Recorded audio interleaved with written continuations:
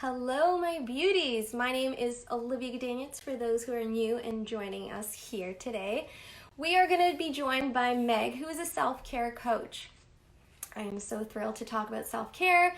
And when I say self-care, I'm not talking about facials and bubble baths. I'm talking about that, deeper inner work that we just should be focusing on, and we kind of get distracted with all the self-love, little fluff stuff here and there. So if you guys are ready to go deep, this is the conversation. So we're going to wait for Meg to join us. And in the meantime, I just want to quickly mention that since these lives are pretty popular, if you ever want to be interviewed to talk about your service or your business, send me a DM, pop in your email, and let's just chat. All right, so Meg's here. Hey! Hey, how are you? I'm so good. We have some lawn mowing in the backyard. So I just have one ear in. Hopefully that's a-okay. So we're going to get the full experience is what you're saying. Full experience of my life. Amazing. Yes. You might hear some dogs over here too, our garage opening. Hopefully not. Yeah. Positivity, right? Yeah. We just go with the flow, right? Exactly. That's all we can do. Yeah. If you guys can hear us, give me a thumbs up just so everybody is on the same page so we know that this is working. Yeah. And we also want to trigger to the Instagram algorithm that this is a live that people should be tuning into. They should be. This girl rocks. Oh, yeah. Self-care queen.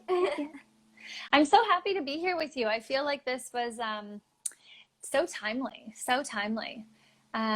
There's so many things right now that people are dealing with, and the stress and overwhelm and uncertainty, and it's like self-care time to the max. Yeah, this is the time. So right now people are really caught up with being busy.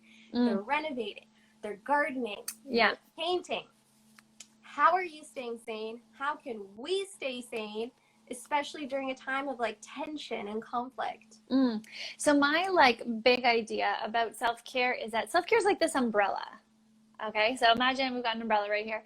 And underneath that umbrella are a few things. And so the first is mindfulness, and the second is mindset. And so whenever we're talking about how do we take care of ourselves, we really want to think about what helps us to stay present, and rather than into the stress and overwhelm of future things that we don't actually know for certain, right? But what brings us into the now, and that might look like a bunch of different things for people. It might feel like petting your dog. It might feel like going for a walk in nature, yoga, meditation, reading a book, but just staying close to ourselves. And so for me, my practice is a huge meditation practice.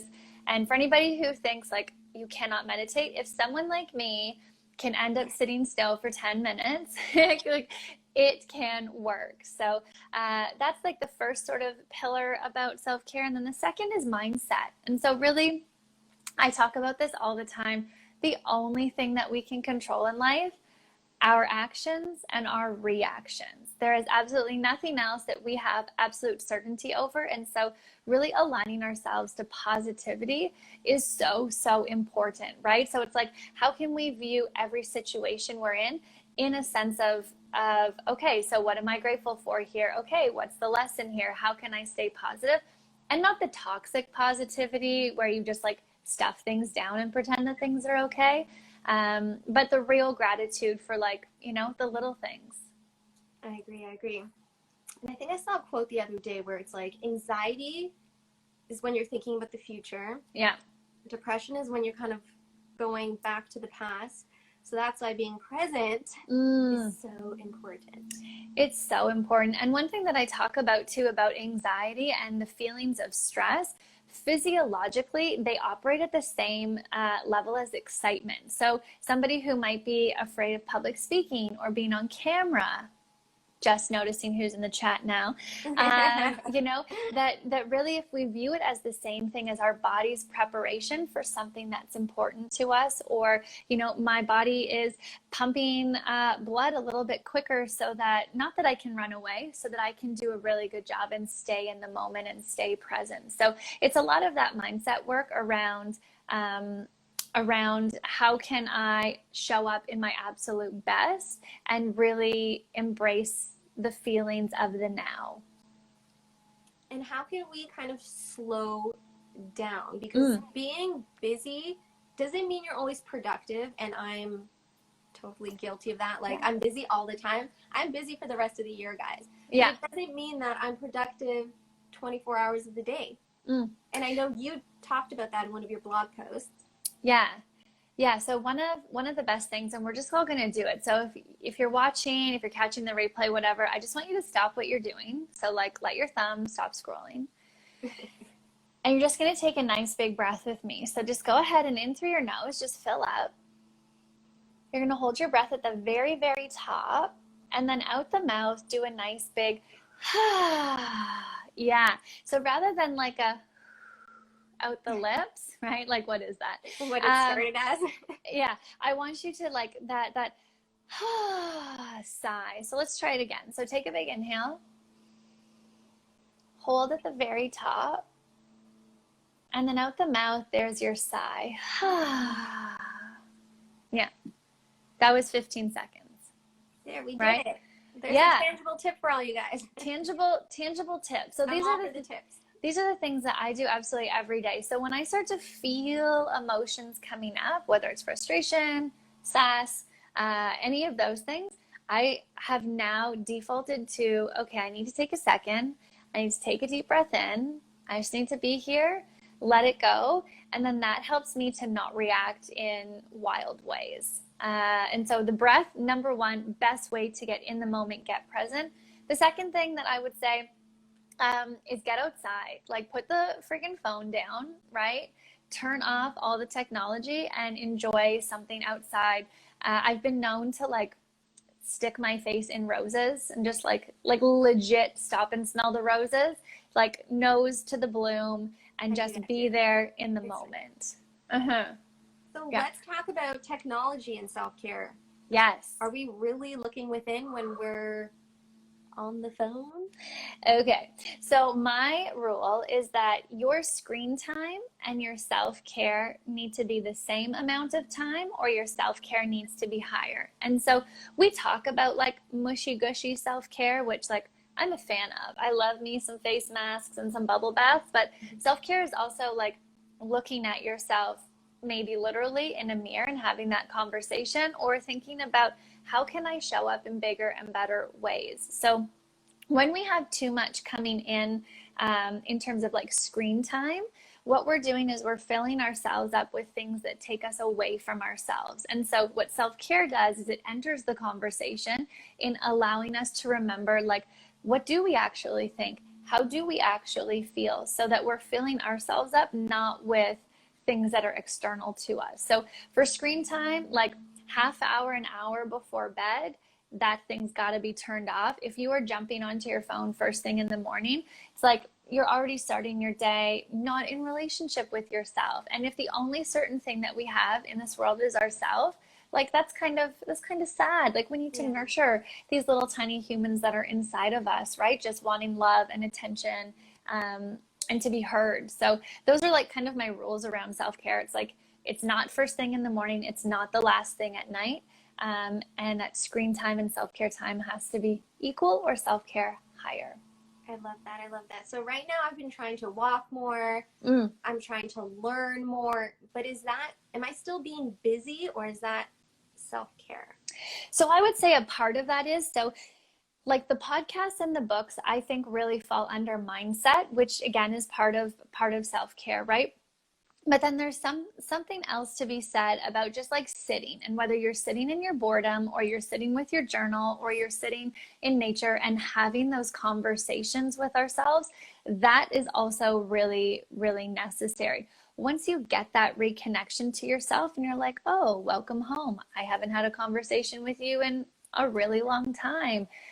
Then what we can do is we can start to uncover maybe some of the things that are holding us back from living that like loveliest life possible. And so I imagine it like, once we got a good grasp on who we are and where we want to go, and we're starting to read the books and we're starting to listen to the podcast, and we're like, okay, presence is there, positivity is there, Then what you do is you open up Pandora's box, right? So those things like experiences from our past, triggers that happen now in conversation with other humans, you're like, ooh, there's got to be, you know, that thread, if we pull it, it's in the box. So you put on your little curious Sherlock Holmes hat and you're like, okay, I feel like I've got my own back. I can open up that box, go digging and start to heal some of those things that are heavy on my heart. And then when you're ready, you just close the box and you put it back up on the shelf for the next time. So I actually have dates with myself to do that hard work. Awesome. Because it's got to get done, right? Otherwise it just shows up in not so great ways. So what do you do when you're losing control? Like, I know habits are a big part of that. And I read in one of your, I don't know if it's Instagram or blog post, that in order to stay accountable, you gave your sister $20. Yes. So tell us a little more about that. Okay. And if you have any more ideas to stay accountable. Yes. So these are what I call promises and consequences, or you can call them commitments and consequences. I like promise better. Yeah. So when I first started my business, Lovely Human School, which is like an online self-care coaching and courses business, I told myself I didn't have time. I was too busy. I was working full-time as a professor. I was planning a wedding. I had too much on the go. I had another business that I was also running. It's like, nope, can't do it. But my passion was there. My heart was there. So I decided to put the excuse on the shelf and say, okay, where can I find the time? This is important to me. I want to make this happen. So 5 a.m. to 7 a.m. every morning was like the open block in my schedule. And I thought, how the heck am I going to wake up at 5 a.m. when it's like freezing cold, it is dark. This was like February, I think. And so I just said the promise, you know, I'm going to wake up no later than 5:10. And if I have to, I will give my sister $20 every time I don't wake up. And so my sister was in university at the time.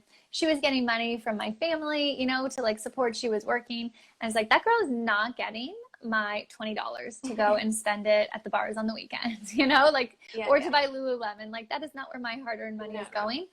And so that consequence really helped to motivate me to, you know, not press snooze when it went off, even though, you know, the motivation was there to work on my dreams. When it's freezing cold out and your bed's so cozy warm, like, I needed that extra little push. So anybody can do that. You can come up with a promise. I know somebody who's like thrown $5 out a car window. Could you imagine? No. I see like gosh. 10 cents on the floor. I'm like, I'm 10 cents for sure. Yes. I know another woman who, she's living in New York, and her promise was that she wasn't going to yell at her son. They would have like bickering fights. And when she did, she would have to go down from her apartment out onto the street and sing a song to a stranger about how she just yelled at her kid. So consequences can't hurt you. They can't hurt anybody else, but they can help you or they can help somebody else. Yeah, so it's just finding what's going to motivate you. And that's where that inner work comes in. So yeah, it's all connected, baby. Yes. So the more I research like successful people, the more I realize that they have a morning routine. Mm. So I just want to throw it out there for anyone who's watching that Meg and I are going to be collaborating on a YouTube series. Creating a morning routine. My schedule is never the same. It's completely unpredictable. So I'm going to be taking Meg's steps and trying to make it work for me. And this way you guys can follow along and see if you can pull on what I'm coming up with, what Meg's saying. So I'm just super excited for that. So I just wanted to throw that out there. Yes, I'm so excited for it. I'm excited that at the end of it, you'll actually have something that will work for you. Yeah, that's the goal. It's just like working it through. And this is a way I'm holding myself accountable too.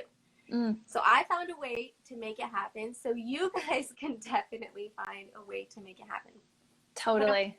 I want to ask, like, is it realistic that we can have self-care in our routine every single day? I get that it's your job and you have to, you know, practice what you preach. But like for the average person, I'm just generalizing. They wake up, kids to school or get breakfast going, they go to work, they get home, they pick up the kids, get them to bed, go to sleep, and it's kind of like that schedule. What would you say? Yeah, so I would say, how much time are you spending on your screens? And if you have time to be on your screen, you have time for self-care.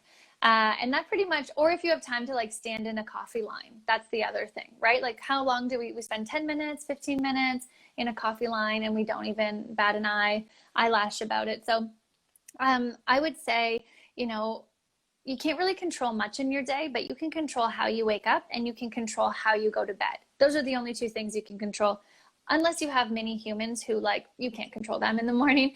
But for the most part, we can, right? And if I can add self-care in while I'm working 9 to 5 job, right? As a professor, I had a business that was a paddleboard business, and I was building Lovely Human School, and I was planning a wedding, and I have a house and a dog. Like, I feel like anybody can do it. It's just a matter of priorities, right? Like, what are your priorities? And is it important for you to take a look at yourself and be the best version of yourself? Or are you just happy coasting through your day?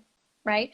For people who are business owners, the more self-care you actually give yourself, and like deep self-care, the better your business is. It thrives. And I have seen this in a lot of my clients. So I would definitely say, you can wake up 5 minutes earlier and just have a 5-minute morning routine for yourself. That's not that hard, right? My morning routine could be like 2 hours long. Like, that is my best, most thriving routine, but that's not everybody's, right? And like you said, I have to walk the talk, which I don't always do, which I got called out on by my wife last week, which I was not prepared for.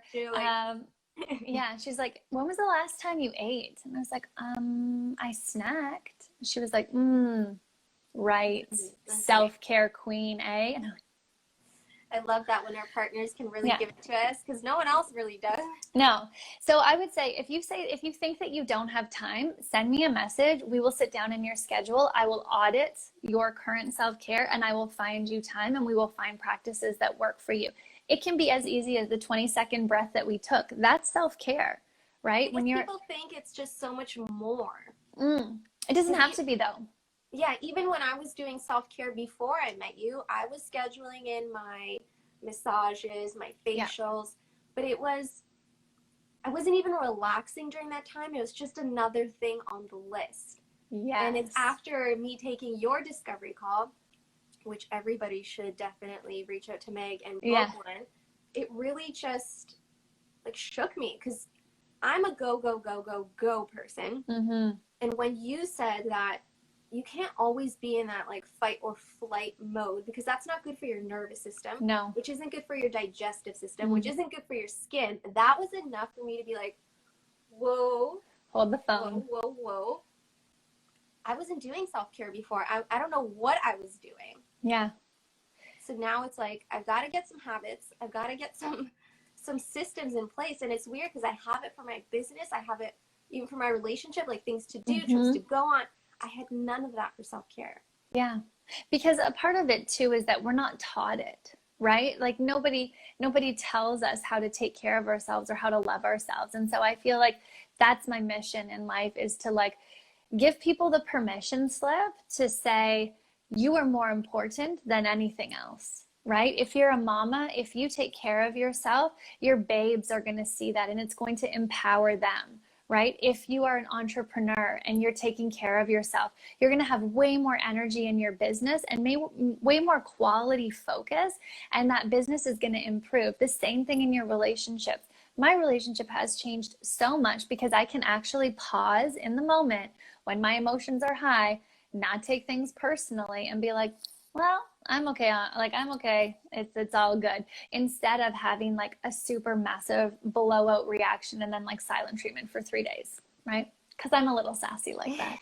So, if we understand that there are really positive outcomes, that might sort of tip the scale in terms of us being like, you know what? We really, really have to focus on taking care of ourselves. It's really important, not just so that we feel good, but so that everybody around us feels good. Our partners, our family members, our coworkers, our clients. It's like ripple. Yeah, exactly. You took the words right out of my mouth. The ripple effect is huge. And so that's our responsibility. Self-care is not like negotiable. It is a responsibility. So if I took the words out of your mouth, does that mean we're on the same frequency and I'm going to be a self-care queen? Yes. I mean, everybody has it. Everybody has it in them. Everybody has it in them. Yeah, absolutely. So you're always talking about in like little Meg. what's Yeah. inside you, little Olivia. How is she feeling today? Yes. Why are you always going back to are we going back to childhood when you say that?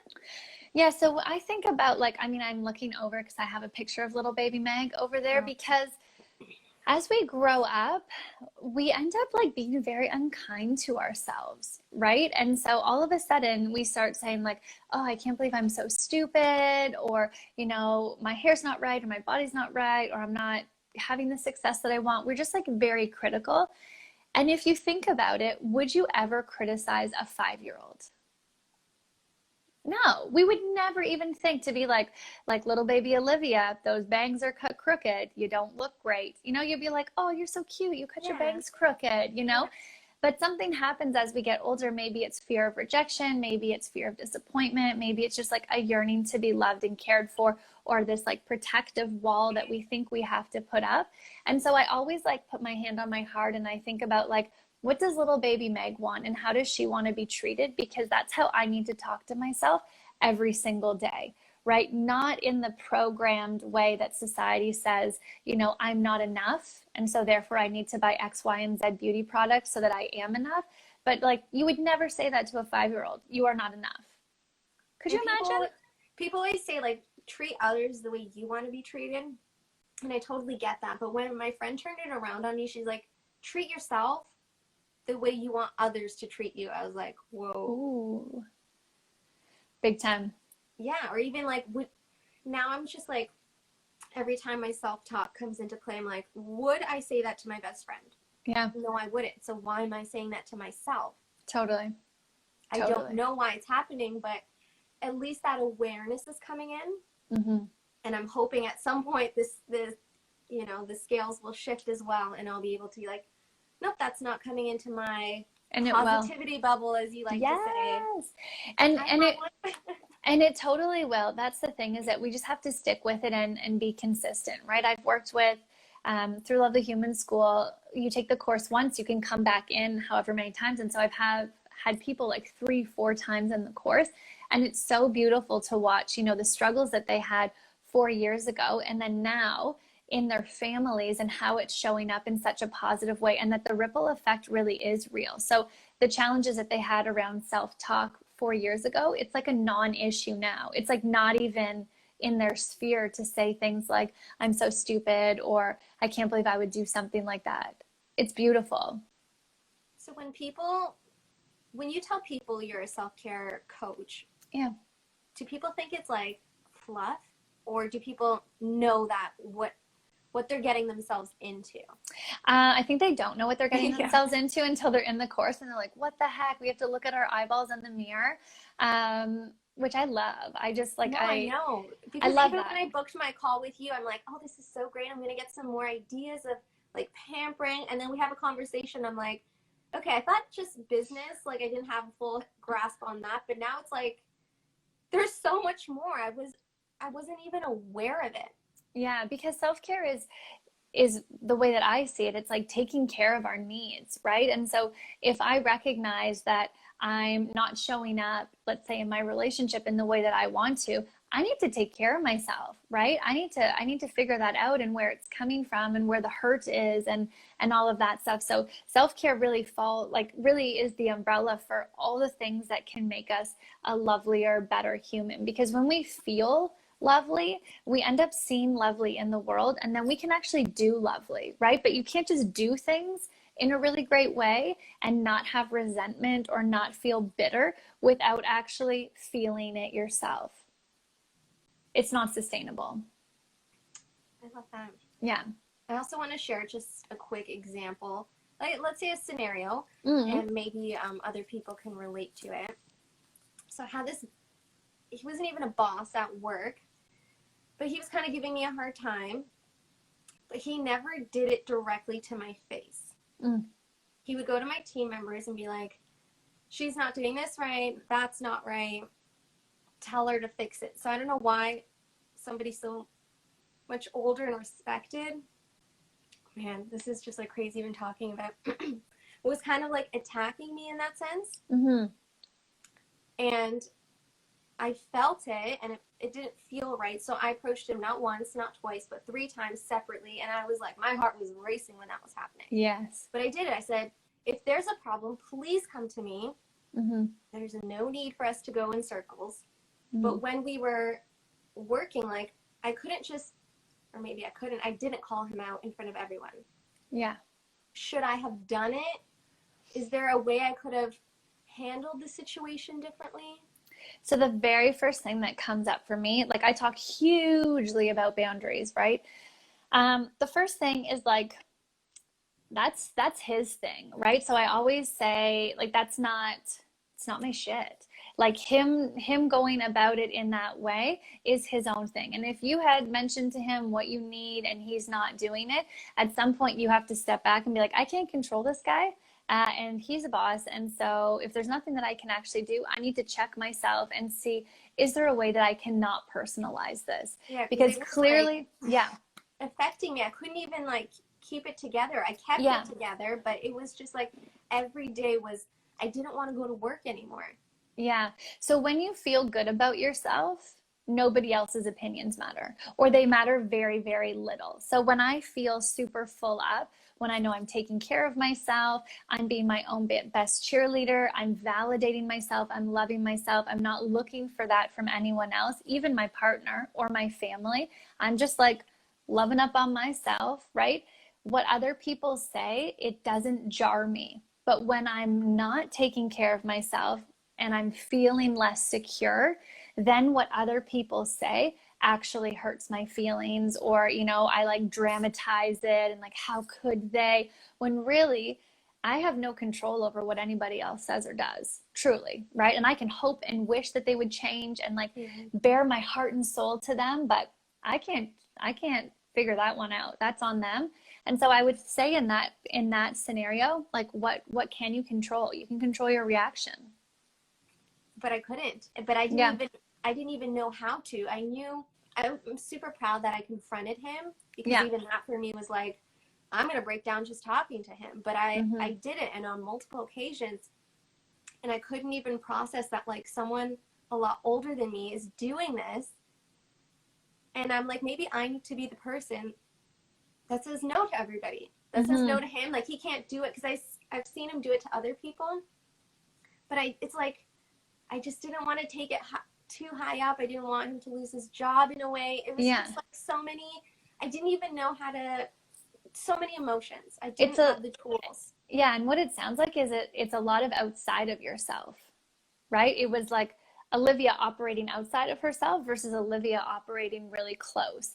And I know at that time you didn't have a really solid connected to yourself practice. And the more we stay connected to ourselves through mindfulness, through those routines, through positive mindset, we don't get shaken up so much when other people treat us badly, because we recognize that it has nothing to do about our self-worth or about our deservedness, right? So rather than like standing up and getting our haunches up and saying like, well, I didn't deserve that and that's ridiculous, you know, like how we can dramatize, and I'm speaking from experience here.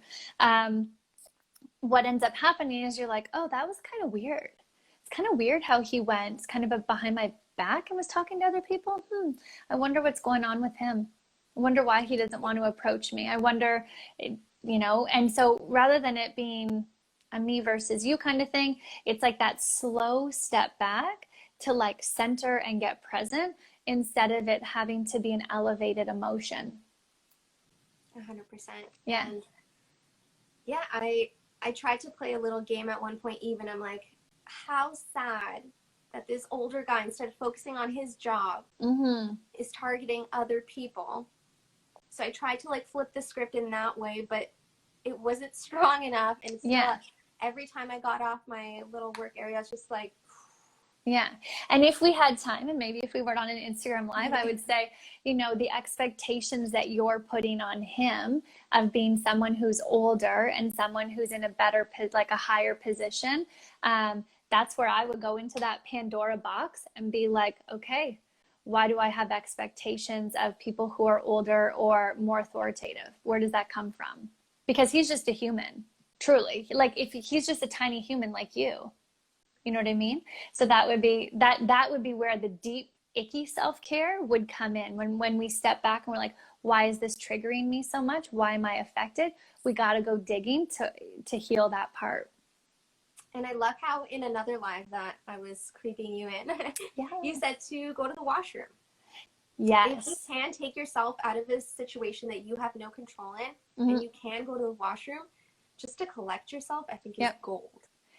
Honestly, it's the best. I've had classes, typically when I teach at the college, my students are like very lovely, but I mean, everyone's human, and they have bad days, and I have bad days.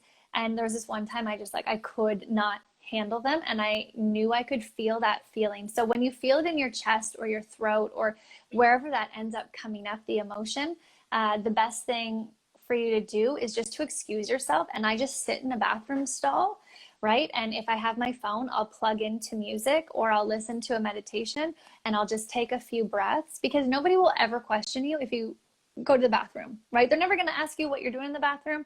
You're just like, oh, I just had to go. And lo and behold, you were like doing a little meditation, or you were flipping yourself upside down into a forward fold to really try to change that energy. It's the best tool that I've ever come up with.